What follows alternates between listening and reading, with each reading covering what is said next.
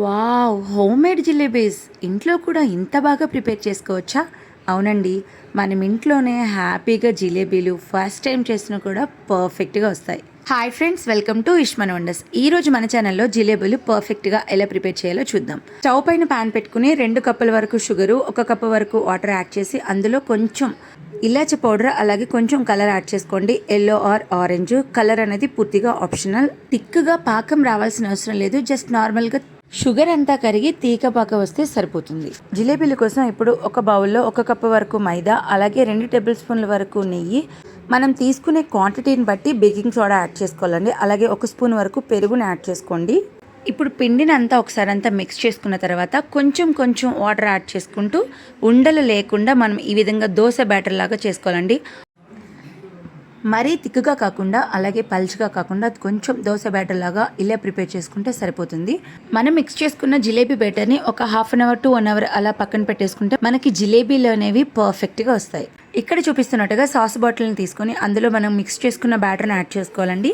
మీ దగ్గర sauce bottle అవైలబుల్గా లేదంటే నార్మల్ బాటిల్ని కూడా యూస్ చేయొచ్చండి. క్యాప్కి హోల్ పెట్టి మనం ఈ విధంగా జిలేబీలు యాడ్ చేయొచ్చు. లేదు అంటే మిల్క్ ప్యాకెట్ అయినా కూడా యూస్ చేయొచ్చు.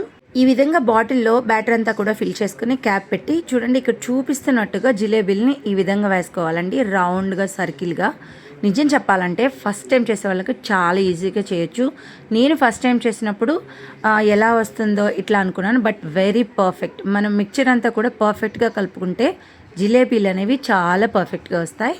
ఎక్కువ హైలో పెట్టకుండా ఫ్లేమ్ అనేది మీడియం టు లో ఫ్లేమ్లో పెట్టుకుంటూ మనం ఈ విధంగా యాడ్ చేసుకోవాలండి. 2 సైడ్స్ కూడా లైట్ బ్రౌన్ కలర్ వచ్చే వరకు కూడా ఈ విధంగా ఫ్రై చేసుకోవాలి.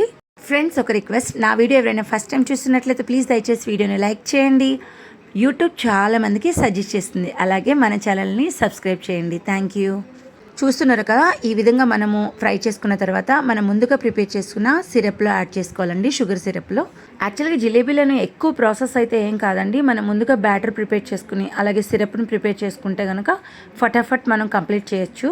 ఇక్కడి వరకు నా వీడియో చూస్తున్నట్లయితే చాలా థ్యాంక్ యూ సో మచ్ అండి. అలాగే వీడియోని లైక్ చేయడం మాత్రం మర్చిపోవద్దు. చిన్న యూట్యూబర్స్ని కూడా సపోర్ట్ చేయండి. మనకి జిలేబీలన్నీ కూడా రెడీ అయిపోయినాయి. చాలా బాగుంది కదా, టేస్ట్ కూడా చాలా బాగుంది. హాలిడే వచ్చినప్పుడు పిల్లలకి మనం ఇలా ప్రిపేర్ చేస్తే వాళ్ళు చాలా హ్యాపీగా ఫీల్ అవుతారు. నా వీడియో మీకు నచ్చినట్లయితే ప్లీజ్ దయచేసి వీడియోని లైక్ చేయండి. మీరు లైక్ చేయడం వల్ల యూట్యూబ్ చాలా మందికి సజెస్ట్ చేస్తుంది.